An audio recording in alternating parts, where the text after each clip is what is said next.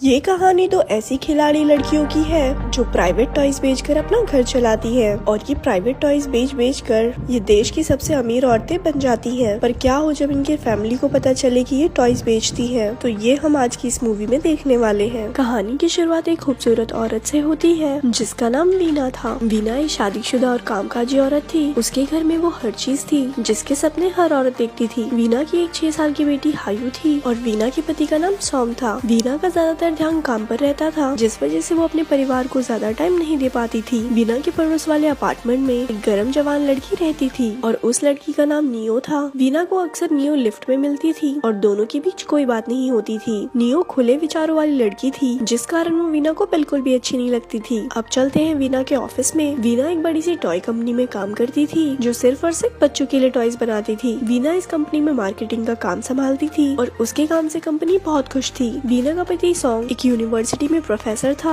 ना तो वो अपने काम से खुश था और ना ही उसके स्टूडेंट्स उसके पढ़ाने के तरीके से। दूसरी तरफ वीना अपना ज्यादा से ज्यादा समय ऑफिस में बिताती थी और उसके काम से खुश होकर उसका बॉस उसे प्रमोशन देने का फैसला करता है। वो वीना को बताता है कि कल कंपनी की मीटिंग होगी और मीटिंग के बाद तुम्हें प्रमोट कर दिया जाएगा। अपने प्रमोशन की बात सुनकर वीना बहुत खुश होती है क्योंकि वो कई सालों से इसके लिए मेहनत कर रही थी। वैसे वीना और सॉन्ग के बीच कुछ भी ठीक नहीं चल रहा था। सॉन्ग वीना के पास जाने की जितनी भी कोशिश करता था वीना उससे उतना ही दूर हो जाती थी। सॉन्ग को वीना का प्यार नहीं मिल पा रहा था जिसके कारण वो उदास रहने लगता है। अगले दिन वीना और उसकी बेटी हायू साथ साथ घर से निकलती है। वीना अपने ऑफिस जाने वाली थी और हायू अपने स्कूल जा रही थी। इस बार वीना को फिर से लिफ्ट में नियो मिलती है और उसकी खूबसूरती देखकर वो अंदर ही अंदर जल जाती है। लिफ्ट से बाहर आकर वो जल्दी जल्दी गार्ड से अपना पार्सल लेती है और फिर सीधा अपने ऑफिस में आती है। आज कंपनी में एक मीटिंग थी और इस मीटिंग के बाद वीना को प्रमोशन मिलना लगभग तय था। मीटिंग के दौरान वो अपना पार्सल खोलकर कंपनी को नए टॉयज दिखाती है मगर ये सभी प्राइवेट टॉयज थे जो सिर्फ और सिर्फ लड़कियों के लिए थे। वीना को कुछ समझ नहीं आ रहा था कि उसके पार्सल में ये सब टॉयज कहाँ से आए। बेचारी वीना कहाँ आज प्रमोशन के सपने देख रही थी और कहाँ आज उसे धक्के मारकर नौकरी से निकाल दिया गया था। घर जाते जाते वीना का ध्यान अपने पार्सल के एड्रेस पर जाता है जिसे देखकर वो बहुत हैरान होती है। दरअसल ये पार्सल नियो का था जिसे गार्ड ने गलती से वीना को दे दिया था। वीना जल्दी जल्दी नियो के घर जाकर उसे उसका पार्सल देती है और गुस्से में आकर उसे भला बुरा भी कहती है। वीना उससे पूछती है कि तुम्हारे तो बहुत सारे बॉयफ्रेंड हैं, फिर भला तुम ये टॉयज की क्या करती हो? इसके जवाब में नियो से बताती है कि मैं एक शॉप चलाती हूँ और मैं अपने शॉप में ये सारे टॉयज बेचती हूँ। मगर वीना को उसकी बातों पर यकीन नहीं होता और वो उसे गंदी औरत कहकर वहाँ से चली जाती है। कुछ दिनों बाद नियो को वीना एक बार में मिलती है। नौकरी चले जाने के कारण वीना उदास रहने लगी थी और अब उसने दारू से दोस्ती कर ली थी। उसके पास आकर नियो उससे कहती है कि मैं गंदी औरत नहीं हूँ, मैं सिर्फ अपनी शॉप चलाती हूँ। उसकी बात सुनकर वीना उसका मजाक उड़ाने लगती है और खुद को सच्चा साबित करने के लिए नियो उसे अपनी शॉप में लेकर आती है। नियो की शॉप में बहुत सारे टॉयज थे जिन्हें देखकर वीना हैरान होती है और फिर चुपचाप वहाँ से चली जाती है। अगले दिन सुबह दोनों फिर से मिलती है और वीना नियो से कहती है मैं नहीं मानती कि कोई भी लड़की तुम्हारी शॉप पर आती होगी, तुम्हारे टॉयज बेकार है, कोई भी लड़कियाँ इसका इस्तेमाल नहीं करना चाहेगी। लेकिन नियो उससे कहती है तुम गलत हो, हमारे शहर में ऐसी बहुत सारी लड़कियाँ हैं जो मेरे टॉयज इस्तेमाल करना चाहती है लेकिन वो झिझकती है। अब दोनों लड़कियों के बीच बहस शुरू हो गई थी और इसी बहस में वो एक शर्त लगा लेती है। शर्त ये थी कि अगर नियो अपनी बात सही साबित कर दे तो बदले में वीना भी उसके टॉयज इस्तेमाल करेगी। थोड़ी ही देर बाद वो दोनों एक पार्क में पहुंचती हैं और वहाँ कई टॉयज रखकर उस पर नजर रखने लगती है। पार्क में कई लड़कियाँ नियो के टॉयज देखती हैं लेकिन वो उन्हें फेंक देती हैं। टॉयज का हाल देखकर वीना नियो का मजाक उड़ाने लगती है मगर नियो उससे कहती है कि पार्क एक खुली जगह है इसीलिए लड़कियाँ टॉयज फेंक रही है। इसके बाद वो लड़कियों के बाथरूम में टॉयज रखती है और थोड़ी ही देर बाद लड़कियाँ सभी टॉयज ले जाती है। दोनों के बीच जो शर्त लगी थी वो नियो ने जीत ली थी। अब शर्त के अनुसार वीना को भी नियो के टॉयज इस्तेमाल करने थे।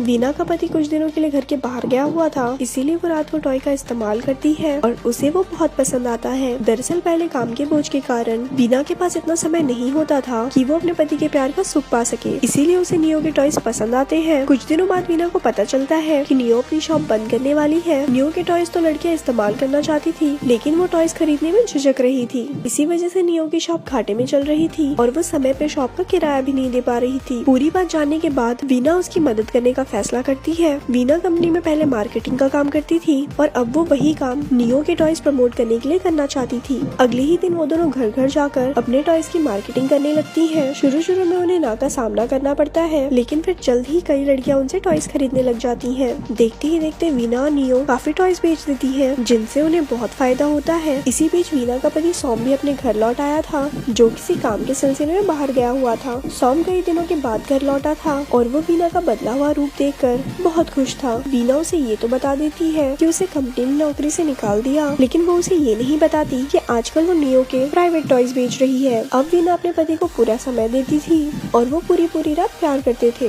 एक दिन नियो एक नया तरीके का सामान पहनती है। ये सामान म्यूजिक की आवाज सुनते ही अपना काम शुरू कर देती थी, जिसके बाद ये पहनने वाली लड़की की तन बदन में आग लग जाती थी। इसी बीच नियो के पास वीना आती है और वो उसे भी ये ट्राई करने को बोलती है। नियो की बात मानकर वीना जल्दी वो ट्राई कर लेती है। अब वो जैसे ही उसे ट्राई करने लगती है तभी उसे उसके पति सॉम का फोन आता है। सॉम उसे हायू के स्कूल जाने को कहता है क्योंकि वो खुद किसी काम में फंस गया था। स्कूल में हायू का मैच था और वीना जल्दबाजी में वो नया टॉय पहनकर वहाँ पहुँच जाती है। मैच के दौरान हर जगह म्यूजिक चल रहा था और म्यूजिक की आवाज सुनकर वो टॉय अपना काम शुरू कर देती है। अब वीना मुश्किल से अपने आप को संभालती है क्योंकि उसे पता था कि अगर वो खुद को संभाल ना सकी तो उसे सबके सामने शर्मिंदा होना पड़ेगा। इसी दौरान एक दिन वीना के मेड के हाथ वीना के प्राइवेट टॉयज लग जाते हैं। वो एक टॉय उठाकर बाथटब में उसे इस्तेमाल करने लग जाती है। ये टॉय बिजली से चलने वाला था। मेड के लिए ये टॉय बिल्कुल नए थे और वो बिजली का झटका खाकर सीधा हॉस्पिटल पहुंच जाती है। वैसे वीना और नियो नए टॉयज की खोज करती रहती थी ताकि लड़कियों की दिलचस्पी उनके टॉयज में बनी रहे।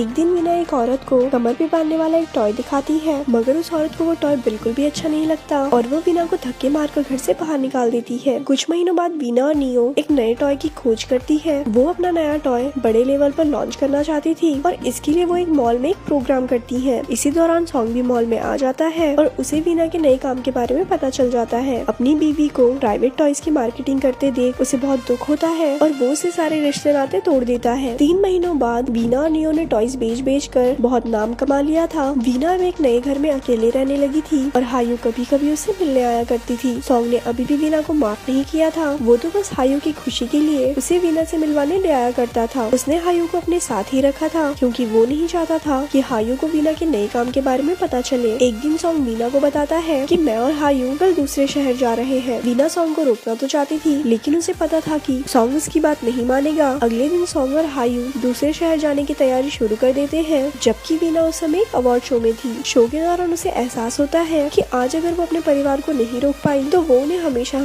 के लिए खो देगी। यही सोचकर वो शो को बीच में ही छोड़कर भाग जाती है और मुश्किल से अपने परिवार को जाने से रोकती है। वीना सॉन्ग से माफी मांगकर कहती है कि अब से मैं अपना पूरा समय अपने परिवार को दूंगी। कहानी के आखिर में पूरा परिवार एक साथ हो जाता है और वीना प्राइवेट टॉयज बेचने का काम बंद कर देती है। नियो को भी एक लड़का पसंद आ गया था और अब वो दोनों टॉयज बेचने लगे थे और ये मूवी यहाँ खत्म हो जाती है।